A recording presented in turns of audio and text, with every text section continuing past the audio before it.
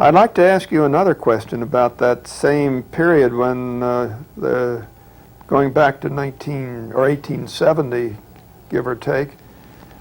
I have the impression that there was almost no library, or there was no library available to the medical school. Well, the history, the library, if you go down from the very beginning, they started off with a library, and they soon had about 1,000 volumes, they said. After a while, they gave it up, and I think they started it again, and finally they decided to abandon it and gave the whole thing to the Chicago Medical Society. And they gave it to them in the same year, the year before. The Chicago fire burned up everything in the loop together with that library. Then there was another hiatus, and finally the Alumni Association decided that the school ought to have a library. And it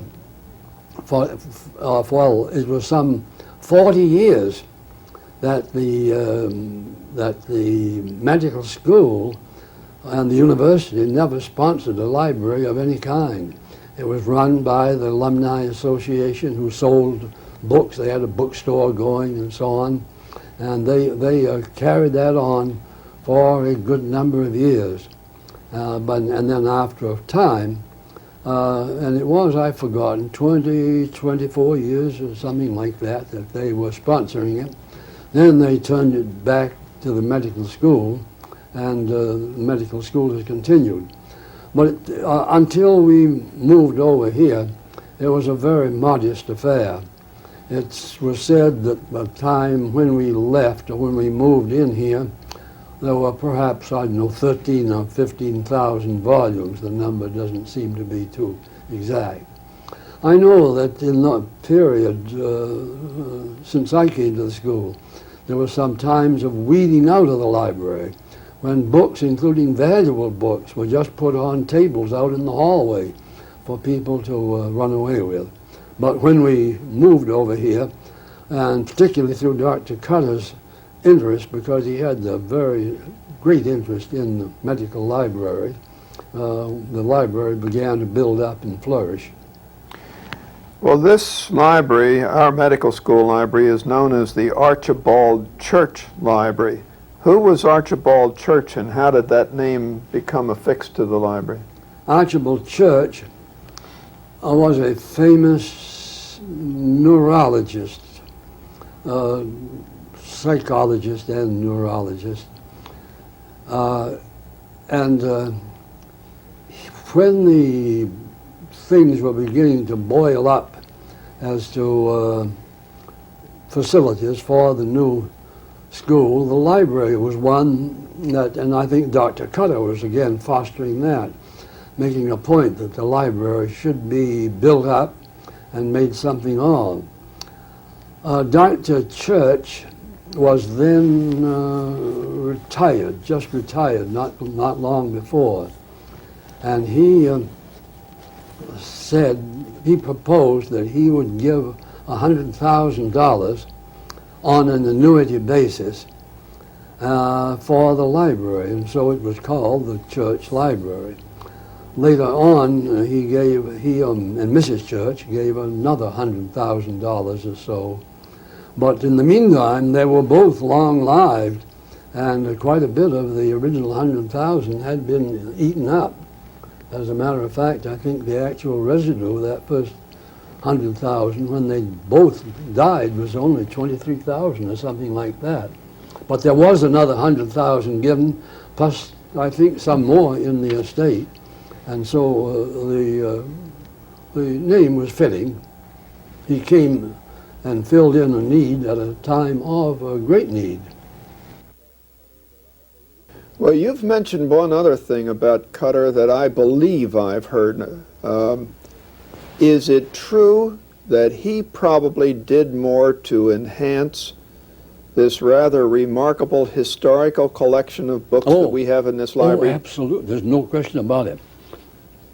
When we came here, there was you can say there was absolutely nothing in the way of a historical book. As a matter of fact, on one or two occasions, and I remember one in particular toward the end of our stay at the old location, where the library had been thinned out by putting out on tables books, and among those were rare books that were just put out there. Anybody take them away. And I know that one or two of them that somebody picked off early were returned as these are really too valuable. But we had nothing at all.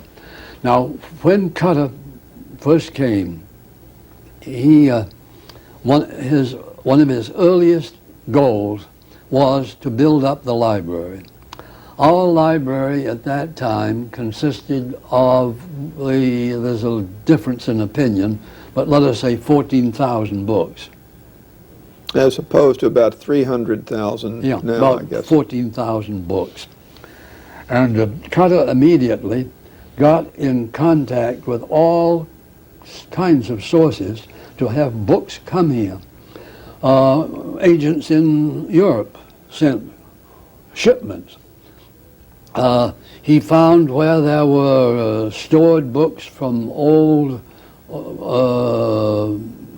medical schools that had died during the ages, during the period prior. And those came pouring in. A lot of them were, many of them were just old, outmoded textbooks and so on, but other ones were in there. But he brought them all in.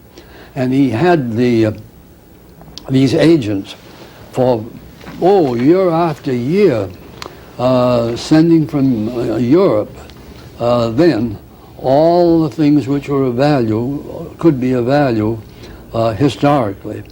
And little by little, he built up the collection that we have here. And after Cutter left, there's been nothing added, really. The public really doesn't know, the medical public doesn't know how valuable our historical collection is. Quite true. And it hasn't been added to substantially. It is not really publicized because it is in bad need of renovation. That's right. And new quarters. One of the things we had hoped to do in the period I was dean was to get a donor that would agree to that sort of thing. We thought we had one once, but we've still got to keep on working because it is a remarkable collection.